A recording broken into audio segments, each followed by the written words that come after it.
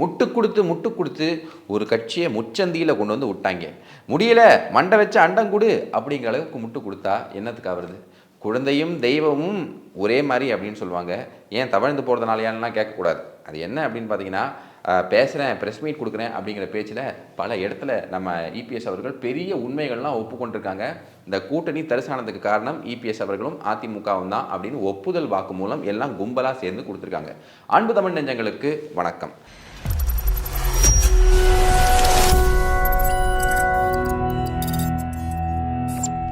அண்ணே, யாருக்கு ஓட்டு போட்டீங்க? உங்கள் கட்சிக்கு தான் அண்ணே.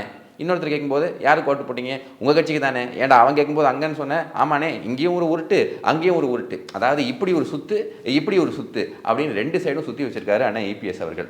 என்ன நடந்திருக்கு அப்படின்னு பார்த்தீங்கன்னா, ஒரு பக்கம் எஸ்பி வேலுமணி அவர்கள் ஒரு ப்ரெஸ் மீட்டில் 2 நாளைக்கு முன்னாடி சொல்கிறார், அதாவது பாஜகவும் அதிமுகவும் ஒன்றாக போட்டி போட்டிருந்தா ஜெயிச்சிருக்கலாம் பல இடத்துல. பார்த்தீங்கன்னா டேட்டா அப்படி தான் சொல்லுது அப்படின்னு சொன்னோடனே இது ஒரு பெரிய சர்ச்சைக்குரிய விஷயமா மாறுது. உடனே நம்ம ஜெயக்குமார் அவர்கள், அது நான் இருக்கும்போது இந்த கௌசிக் இருக்கும்போது எப்படி இந்த மாதிரி பேச்சு அவர் பேசலாம் அப்படின்னு சொல்லிட்டு குறுக்க வந்துட்டாரு. அதாவது எப்படி இலையில தண்ணி ஒட்டாதோ அந்த மாதிரி பாஜகவும் அதிமுகவும் இனிமேல் ஒட்டவே ஒட்டாது, கூட்டணி கிடையவே கிடையாதுங்க அப்படின்னு இவர் சொல்லியிருக்காரு. இவரெல்லாம் one of the main reasons இந்த கூட்டணி விளங்காமல் போகிறது காரணம், உடஞ்சி போகிறது காரணம் இவர். காரணம் என்னென்னா, சவுத் சென்னையில் ஜெயவர்தனுக்கு சீட் கிடைக்கணும், அங்கே போனால் சவுத் சென்னையை வந்து பிஜேபி கேட்பாங்க அப்படின்னு தெரிஞ்சு உள்ளுக்குள்ளேருந்து ஆரம்பத்திலிருந்து இந்த வேலையை பார்த்துக்கிட்டு இருந்து திரு ஜெயக்குமார் அவர்கள். இது அரசியல் வட்டாரங்கள் இருக்கக்கூடிய எல்லாருக்கும் தெரியும். அப்போ இவர் என்ன சொல்கிறார் அப்படின்னு பார்த்தீங்கன்னா, இந்த கூட்டணி ஒட்டவே ஒட்டாதுன்னு. எங்களோட கேள்வி என்ன அப்படின்னு பார்த்தீங்கன்னா, மேடம் ஜெயலலிதா அவர்களோட மறைவுக்கு பிறகு 4 வருஷம் சென்ட்ரல் கவர்மெண்ட் எவ்வளோ ஹெல்ப் பண்ணி எடப்பாடி பழனிசாமி அவர்களோட கவர்மெண்ட்டை இந்த அதிமுகவை இந்த தமிழ்நாட்டில் ஆள வச்சிருச்சு. அந்த நேரத்துல எல்லாம் எல்லா கொள்கைக்கும் ஒப்புதல், அதாவது சிஏஏல எங்கெங்க இஸ்லாமியர் பாதிக்கப்பட்டிருக்காங்க அப்படின்னு பேசினவங்க இன்னைக்கு எஸ்டிபிஐ கூட்டணி வச்சுக்கிட்டு ஒட்டவே ஒட்டாது அப்படின்னு சொல்றீங்களே, இதுல இருந்தே உங்களோட இந்த அரசியல் பிழைப்புக்கு வேண்டி நீங்க எப்படி ஆப்பர்ச்சுனிஸ்டா இருக்கீங்க அப்படின்னு உலகத்துக்கே தெரியுது. இது மட்டும் கிடையாது, இவர் என்ன சொல்றாரு அப்படின்னு பார்த்தீங்கன்னா, எஸ்பி வேலுமணி அவர்கள் முன்னாடி பேசியிருந்தாரு பார்த்தீங்களா, அதை கான்ட்ரடிக்ட் பண்ணோம் அப்படிங்கிறதுக்கு வேண்டி அது அவரோட கருத்து. ஒரு பக்கம் வந்துட்டு இந்த கூட்டணி இருந்தால் நல்லா இருக்கும், இன்னொரு பக்கம் சச்சா கூட்டணியெல்லாம் கிடையவே கிடையாது.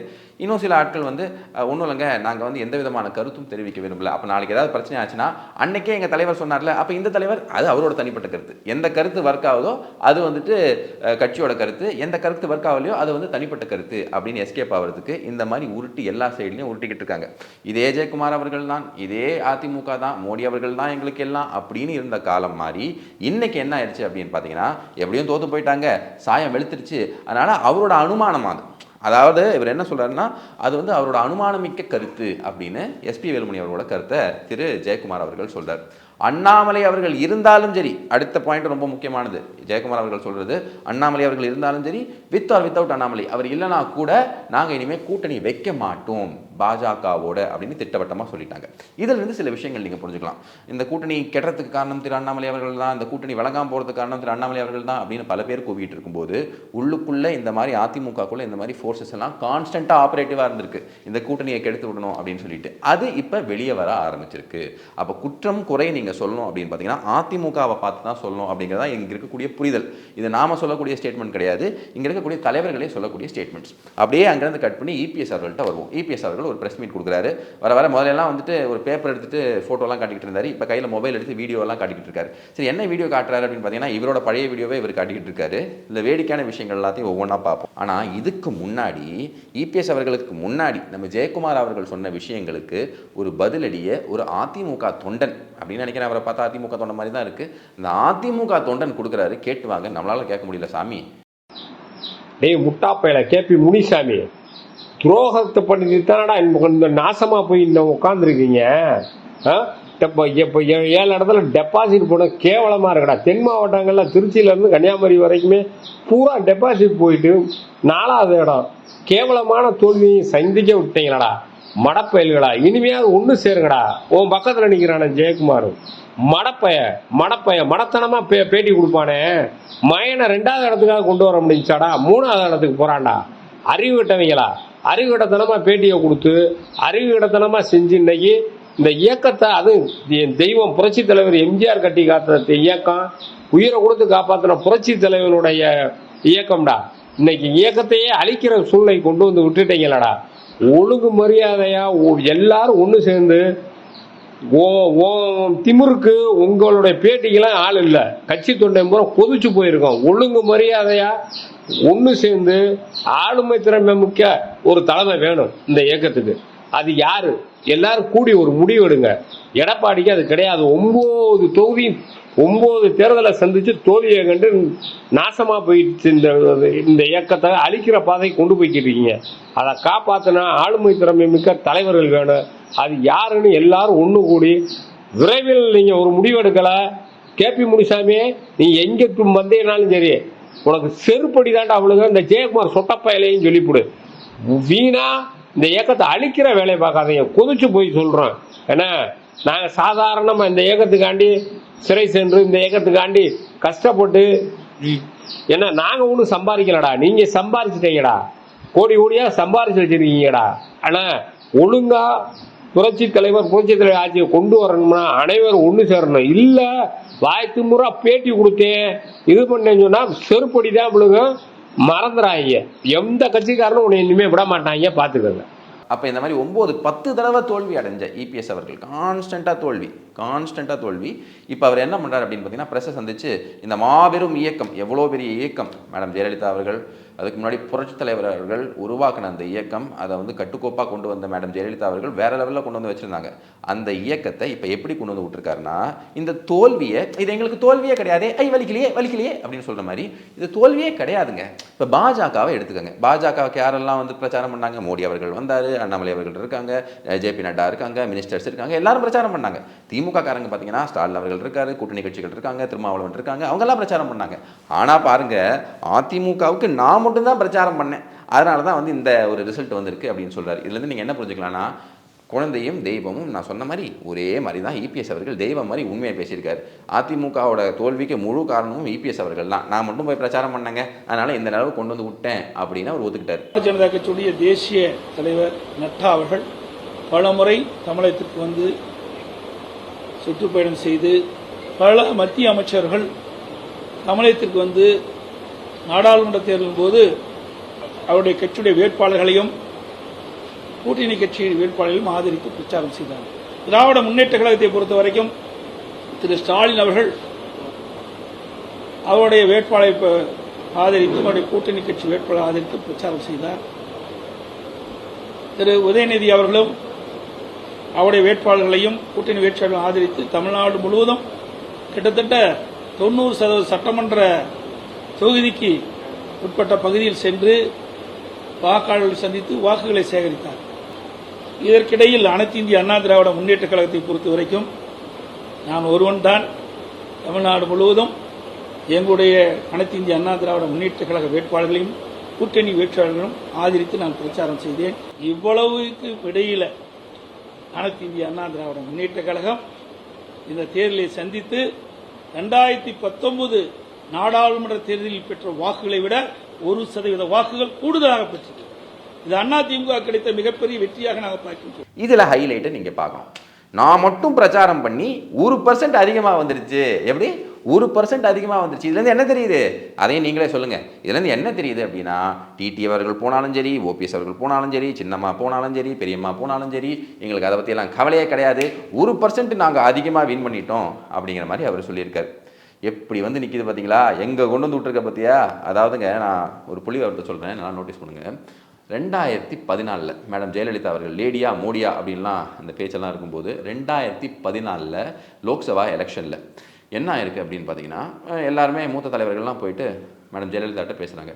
நம்ம பாஜகவோட கூட்டணிக்கு போகலாமா? அதெல்லாம் வேண்டாம், நம்ம தனியாக போகிறோம். சரி, தனியாக போகிறோம், வேறு எந்த கூட்டணி கட்சி எதுவுமே வேணாம், நம்ம தனியாக போகிறோம், ஜெயிக்கிறோம், பார்த்துக்கலாம் அப்படின்னு சொல்லி 39 இடங்களில் 37 இடங்களில் ஜெயிக்கிறாங்க. அதிமுக தனியாக போய், புரியுதுங்களா? இன்னைக்கு 40க்கு 40 இடங்கள் நாங்கள் ஜெயித்து விட்டோம்னு திரு ஸ்டாலின் அவர்கள் சொல்றாரு பார்த்தீங்களா? இதெல்லாம் வந்துட்டு ஒரு ஹம்பக். காரணம் என்னன்னா, நாங்கங்கிறது கூட்டணினா 22 இடம் இவங்க ஜெயிக்கிறாங்க. அதுக்கப்புறமா காங்கிரஸ், விசிகே, மதிமுக இவங்க எல்லாம் சேர்ந்து 40 இடங்கள். ஆனால் மேடம் ஜெயலலிதா அவர்கள் இருக்கும்போது 37 இடங்கள் தனியாக வந்து போய் அடித்து பொழந்து கட்டுறாங்க.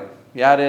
மேடம் ஜெயலலிதா அவர்களோட தலைமையில். அந்த மாதிரி கட்சி இப்போ நாங்கள் 1% ஜாஸ்தி ஓட்டு வாங்கியிருக்கோங்க, 20% வாங்கியிருக்கோங்க அப்படின்னு சொல்கிறதெல்லாம் எவ்வளோ வேடிக்கையான ஒரு விஷயமா இருக்குது அப்படின்னு நீங்கள் புரிஞ்சுக்கணும். அடுத்தது பாருங்கள், இபிஎஸ் அவர்கள் எந்த நிலைமைக்கு தள்ளப்பட்டிருக்காருன்னு நீங்கள் புரிஞ்சுக்கணும். அவர் சொல்லக்கூடிய புள்ளிவரங்கள் என்ன? என்னமோ நீங்கள் பிஜேபி வளர்ந்துச்சுன்னு இந்த ஊடகங்கள்லாம் ஒரு பிம்பத்தை உருவாக்குறீங்க. அந்த மாதிரி எந்த விதமான ஒரு பிம்பமும் கிடையாது. நான் உங்களுக்கு புள்ளி விவரம் காட்டுறேன் அப்படின்னு சொல்லிட்டு ஒரு வேலையை பண்ணுறாரு. என்ன பண்ணுறாரு அப்படின்னு பார்த்தீங்கன்னா, பாருங்க 2014 என்டிஏ கூட்டணி, அதாவது பாஜகவின் தலைமையில் இருக்கக்கூடிய கூட்டணி 18.8% வாக்கு வாங்கிருச்சு. ஆனால் இப்போ 2024 18.2% தான் வாங்கியிருக்கு. கரெக்டா? அப்போ 0.6%, அதாவது 0.6% கம்மியாக வாங்கியிருக்கு. கரெக்டுங்களா இல்லையா? அப்புறம் எப்படி பாஜக வளர்ந்துருக்கு அப்படின்னு சொல்லிட்டு அங்கிட்டும் இங்கிட்டும் பார்க்குறாரு. புரியுதுங்களா? அடுத்தது இவர் சொல்லக்கூடிய விஷயம், திமுகவை எடுத்துக்கோங்க. 2019ங்க திமுக வந்து 33%. திமுக கூட்டணி கிடையாது. ஏன் நான் இதை சொல்கிறேன் அப்படிங்கிறத புரிஞ்சுக்கோங்க. திமுகங்கிறது 33%. ஆனால் இப்போ திமுக 26% தான். அப்போ 7 to 6% கம்மியாக இருக்குல்ல. அப்போ திமுகவும் பின்னடை வளைஞ்சிருக்கு, நாங்கள் மட்டும் தான் வளர்ந்துருக்கோன்னு. பாரதிய ஜனதா கட்சி ஏதோ வளர்ந்து விட்டதை போல பத்திரிகையில் ஊடகத்தில் ஒரு செய்தி வெளியிட்டிருக்கிறீங்க. 2014 பாரதிய ஜனதா தலைமையில் ஒரு கூட்டணி அமைக்கப்பட்டது. அந்த கூட்டணியில் இப்ப இருக்கின்ற பெரும்பாலான கட்சிகள் இடம்பெற்றன. அப்பொழுது அவர்கள் 18.80 வாக்குகள் பெற்றார்கள். 2024 இப்பொழுது அந்த கூட்டணி பெற்ற வாக்குகள் 18.28 வாக்குகள், குறைவு 0.62% வாக்குகள் குறைவாகத்தான் பெற்றிருக்காங்க. பாஜக கூட்டணி அதிக வாக்குகளை பெற்றதாக செய்தியிலும் ஊடகத்திலும் தவறான செய்தியை பரப்பி வருவது வருத்தம் அளிக்கின்றன. ஊடகம் பத்திரிகையும் நீங்கள் உண்மை செய்திகளை வெளியிடும் நடுநிலையோடு வெளியிட வேண்டும்.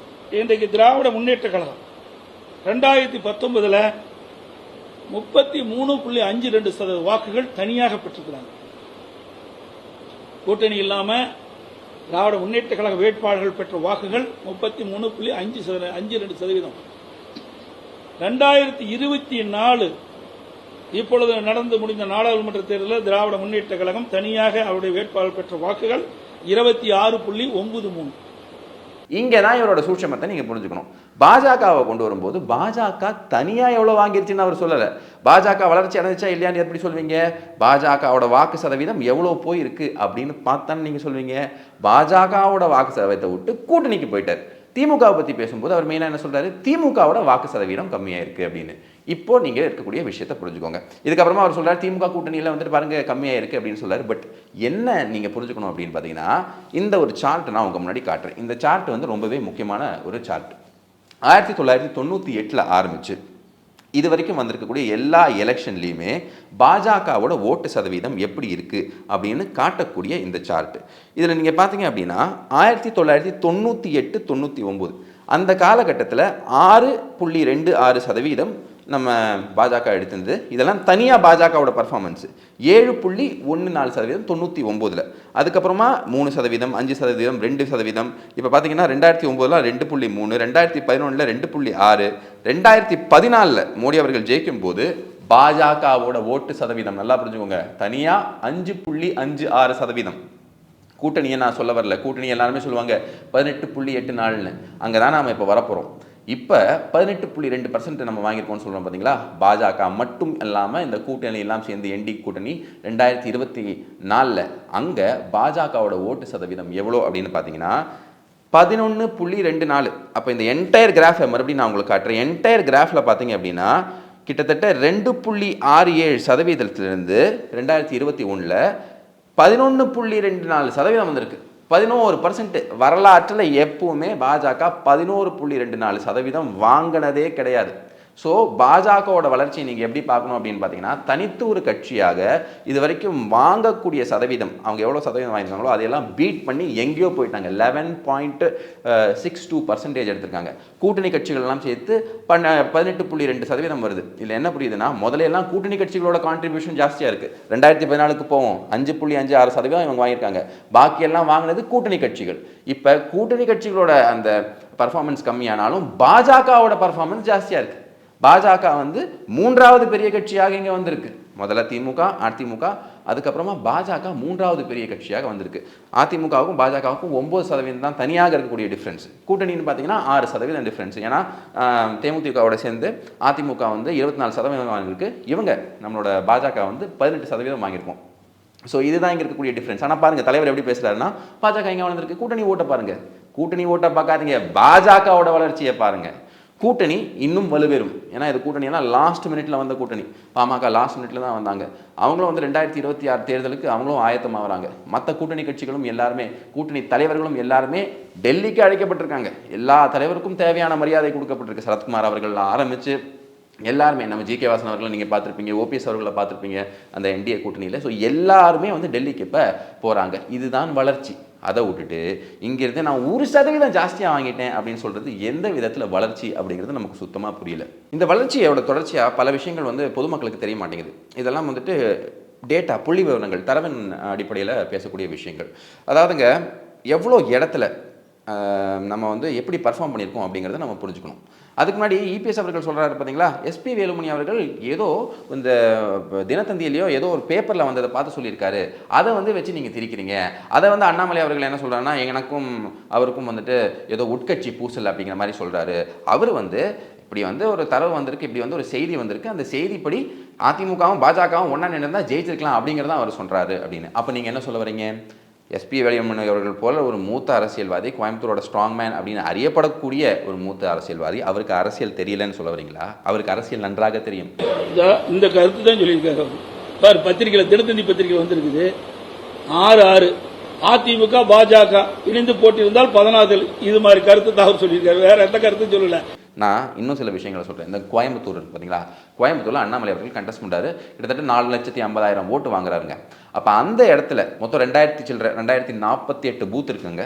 அங்கே பார்த்தீங்க அப்படின்னா 492, அதாவது கிட்டத்தட்ட 1/4ன்னு சொல்லலாம், ஒரு 500 பூத்து கிட்ட 492 பூத்தில் அண்ணாமலை அவர்கள் ஃபர்ஸ்ட் வந்திருக்காரு. பாஜக அங்கே ஃபர்ஸ்ட் வந்திருக்கு. கோயம்புத்தூர் எங்கள் கோட்டை, எதுவும் பண்ண முடியாது அப்படின்னு இருந்த ஒரு காலம் மாறி இப்போ பாஜக அங்கே வந்து 492 பூத்துகளில் இடம். என்ன சொல்ல வரீங்க? அதிமுக வேட்பாளர் சிங்கை ராமச்சந்திரன் ஜஸ்ட் டெபாசிட் வாங்கியிருக்காரு. எங்கே? கோயம்புத்தூரில். எங்கள் கோட்டை அப்படின்னு சொல்றீங்களே, அந்த இடத்துல ஜஸ்ட் டெபாசிட் வாங்கியிருக்காரு. தபால் ஓட்டுகள் அடுத்தது தமிழகம் எங்கும் இருக்கக்கூடிய தபால் ஓட்டுகளின் எண்ணிக்கை நடக்கும். ஸோ தபால் ஓட்டுகள் யார் போடுவாங்க? அரசாங்க அதிகாரிகள் தான் போடுவாங்க. திமுகவை எதிர்க்கக்கூடிய ஒரு மனப்பான்மை அரசாங்க அதிகாரிகள் மத்தியில் வர ஆரம்பிச்சிச்சு. அதனால தான் இப்போ என்ன இருக்குது அப்படின்னு பார்த்தீங்கன்னா, தமிழகம் எங்கும் இருக்கக்கூடிய இந்த தபால் ஓட்டுகள் வந்து சேருது பார்த்தீங்களா, அதில் பாஜக 2வது இடம், அதிமுக கிடையாது. பாஜக 2வது இடத்துல இருக்குது. இன்னொரு தரவு நான் உங்களுக்கு சொல்கிறேன். 3வது முக்கியமான விஷயம் என்ன அப்படின்னு பார்த்தீங்கன்னா, இப்போ நமக்கு 39 தொகுதி தமிழ்நாட்டில் இருக்குது, பார்லிமெண்ட்ரி கான்ஸ்டியூன்சி. அப்போ ஒரு தொகுதியை நீங்கள் பிரித்து பார்த்தீங்கன்னா, சராசரியாக ஒரு பார்லிமெண்ட்ரி தொகுதிக்கு 6 அசம்பிளி தொகுதி வரும். அப்போ மொத்தமாக உங்களுக்கு பார்த்தீங்கன்னா 234 தொகுதிகள் வரும். ஸோ இந்த 234 தொகுதிகளில் 81 இடங்களில் பாஜக 2ஆம் இடத்தை பிடிச்சிருக்கு. அப்போ 3ல் ஒரு பங்கு கிட்டத்தட்ட அப்படி சொல்லலாம். நம்ம கிட்டத்தட்ட 3ல் ஒரு பங்கு இடங்களில் அசம்பிளி கான்ஸ்டியூவன்சியில் 234ல் கிட்டத்தட்ட 81 இடங்களில் பாஜக 2ஆம் இடத்துல வந்திருக்கு. அப்போ அதிமுக எங்கே போயிருக்கு? இதெல்லாம் அதிமுகவுக்கு ஒரு சரிவு கிடையாதா அப்படிங்கிறது தான் எங்களோட ஒரு கேள்வியாக இருக்குது. உடனே வந்து நம்ம இபிஎஸ் அவர்கள் என்ன சொல்கிறார் அப்படின்னு பார்த்தீங்கன்னா, அதாவதுங்க அப்படிலாம் சொல்ல முடியாதுங்க. 2014 பார்த்தீங்க அப்படின்னா சிபி ராதாகிருஷ்ணன் அவர்கள் 3,95,000 ஓட்டு வாங்கினார். அப்பவும் எங்கள் கூட கூட்டணி இல்லை அப்படின்னு சொல்கிறார். 3,95,000 ஓட்டு அன்னைக்கு வாங்கினார். அன்னைக்கு கூட யாரெல்லாம் இருந்தா? மதிமுக இருந்தது, தேமுதிக இருந்தது. தேமுதிக அப்போ எப்படி இருந்துச்சு அப்படின்னு பார்த்தீங்கன்னா, இன்னைக்கு எப்படி சிராக் பாஸ்வானை மோடி கட்டி பிடிக்கிறாரோ அந்த மாதிரி விஜயகாந்துக்கு அவ்வளோ முக்கியத்துவம் கொடுத்து அங்கே டெல்லிக்கு போகும்போது விஜயகாந்தை கூப்பிட்டு இன்வைட் பண்ணி அவரை கட்டி பிடிச்சி, எந்த சீட்டும் ஜெயிக்கலனா கூட கட்டி பிடிச்சி அவ்வளோ மரியாதை கொடுத்தாங்க. அந்த மாதிரி ஒரு ஏறுமுகத்தில் இருந்தது, அந்த மாதிரி ஒரு ஸ்ட்ராங்காக இருந்துச்சு. ஏன்னா 2011 அசம்பிளி எலெக்ஷன்ஸில் அவரோட பர்ஃபார்மன்ஸ் இருக்குது, சூப்பராக இருக்குது. அங்கேருந்து வெளியே வராங்க, இந்த கூட்டணியிலேருந்து தேமுதிக அதிமுக கூட்டணியிலேருந்து வெளியே வராங்க. பலம் வாய்ந்த ஒரு கட்சியாக தேமுதிக இருக்கிற காலகட்டத்தில் அப்போ வாங்கின ஓட்டு 3,95,000. ஆனால் இப்போ 4,50,000 ஓட்டு வாங்கியிருக்காங்க. யார்? திரு அண்ணாமலை அவர்கள் இதே கோயம்புத்தூரில் 4,50,000 ஓட்டு வாங்கியிருக்காங்க. அதனால தான் நான் சொன்னேன், கிட்டத்தட்ட 492 பூத்தில் கோயம்புத்தூர் பார்லிமெண்ட்ரி கான்ஸ்டியூவன்சியில் பாஜக முதலிடம் பிடிச்சிருக்கு.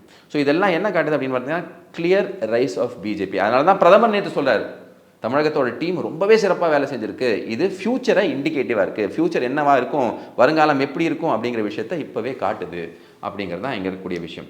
இன்னும் பல விஷயங்கள் இபிஎஸ் அவர்கள் சொல்கிறார். என்ன சொல்கிறார் அப்படின்னு பார்த்தீங்கன்னா, லோக்சபா எலெக்ஷன் வேறு, இந்த அசம்பிளி எலெக்ஷன் வேறு. மக்கள் மக்கள் வேற மாதிரி பார்ப்பாங்க. 2026 நாங்கள் தான் வருவோம், அதில் எந்த விதமான சந்தேகமும் இல்லை அப்படின்னு. இந்த லோக்சபா எலெக்ஷனில் இந்த மீடியாவும் அதுக்கப்புறமா இங்கே இருக்கக்கூடிய இந்த கூட்டணி இதெல்லாம் எங்களுக்கு அகேன்ஸ்டாக இருந்துச்சு, அதனால தான் நாங்கள் கொஞ்சம் லைட்டாக சரி வரைஞ்சோம் அப்படிங்கிற மாதிரி பேசுறாரு. நான் என்ன சொல்றேன், இத்தனை வருஷமா ஆட்சி புரிஞ்சுங்க, மீடியாவையும் உங்களால் அட்ராக்ட் பண்ண முடியல, மீடியா முன்னாடியும் உங்களோட பாயிண்ட்ஸை ப்ரெசென்ட் பண்ண முடியல. ஒன்று அண்ணாமலையை பற்றி பேசுது மீடியா, இல்லைனா திமுகவை பற்றி பேசுது. நீங்கள்லாம் இருக்கீங்களா இல்லையா, சப்ஜெக்ட் உயிரோடு இருக்கா இல்லையா அப்படிங்கிற அளவுக்கு இந்த மீடியா பிரசன்ஸ் தான் உங்களுக்கு இருக்குது. இது யாரோட தப்பு, இது யாரோட தவறு? 2021 வரைக்கும் நீங்கள் தான் ஆட்சி புரிஞ்சுக்கிட்டு இருந்தீங்க. அப்போ எந்த ஒரு மீடியா பிரசன்ஸும் உங்களுக்கு இல்லை அப்படின்னா இது அதிமுகவோட தவறா இல்லை மீடியாவோட தவறா? மீடியா நிறைய இடத்துல பயஸ்டாக இருக்குது, மாற்று கருத்தே இல்லை. இதை யார் பயஸ்டாக கொண்டு வந்தது? திமுக பயஸ்டாக கொண்டு வந்தது. ஏன் உங்களுக்கு அதை கவுண்டர் பண்ண முடியல? இங்கே ஆட்சியில் இருந்தும் ஆட்சியில் இல்லாமே என்டையர் சோஷியல் மீடியாவை பாஜகவால் கொண்டு வர முடியுது. ஏன்னா மக்களோட ஆதரவு அங்கே இருக்குது. இதெல்லாம் அதிமுகவோட தோல்வியும் வீக்னஸையும் காட்டுதே தவிர இதெல்லாம் ஒரு எக்ஸ்ப்ளனேஷனாக எடுத்துக்க முடியாது. மறுபடியும் நான் சொல்கிறேன், இதெல்லாம் சிச்சுவேஷன் இருந்தும் கூட 2014 37 சீட்டு மேடம் ஜெயலலிதா அவர்கள் எந்த கூட்டணியும் இல்லாமல் ஜெயிக்க வச்சு இன்னைக்கு 1% ஜாஸ்தியாக வந்திருக்குன்னு சொன்னால் எந்த விதத்தில் இது எல்லாத்தையும் ஜஸ்டிஃபிகேஷன் ஏற்றுக்க முடியும்னு நமக்கு தெரியல. பாரதிய ஜனதா தலைமையில் ஒரு கூட்டணி அமைச்சிருந்தாங்க, அதுல 27 வாக்குகள் தான், அந்த விட குறைவாக தான் வாக்கு வாங்கியிருக்காங்க. இந்த சதவீதத்தை பார்த்தீங்கன்னா இப்ப இருக்கிற அண்ணாமலை அவர்கள் குறைவான வாக்குகள் தான் பெற்றிருக்காங்க. ஆகவே ஒவ்வொரு முறையும் நாடாளுமன்றத்திலும் சரி சட்டமன்றத்திலும் சரி மாறி மாறி வருகின்ற பொழுது வாக்கு வித்தியாசம் மாறி மாறி தான் வரும். இந்த விஷயங்கள் எல்லாத்தையும் சொல்லிட்டு ஃபைனலாக பாயிண்ட்டுக்கு வருவோம். 2026 கூட்டணி இல்லை அப்படின்னு சொல்றாரு எஸ்பி வேலுமணி அவர்கள். இப்படி சொன்னாரு. ஜெயக்குமார் அவர்கள் என்ன சொல்றாரு? கூட்டணி இல்லை அப்படிங்கிறாரு. இபிஎஸ் அவர்களும் என்ன சொல்றாங்க? 2026 கூட்டணி இல்லை அப்படிங்கிற விஷயத்தை உறுதியாக சொல்றாங்க. இதனால நிறைய பாஜக தொண்டர்கள் கொண்டாட ஆரம்பிச்சிட்டாங்க. இதைத்தான் திரு அண்ணாமலை அவர்கள் ஏற்கனவே சொன்னார். 23/10/2023 உங்கள் முன்பு நான் பேட்டி கொடுத்துருக்கேன், அதில் எடுத்து பாருங்க. என்ன பேட்டி போட்டு காட்டுமா? ஏய் ஏன்னா நீங்க சொன்னா தான் நான் ஒத்துக்குவீங்க. உங்க டிப்பு முன்னாடி தான் சொல்லிக்கிறேன்.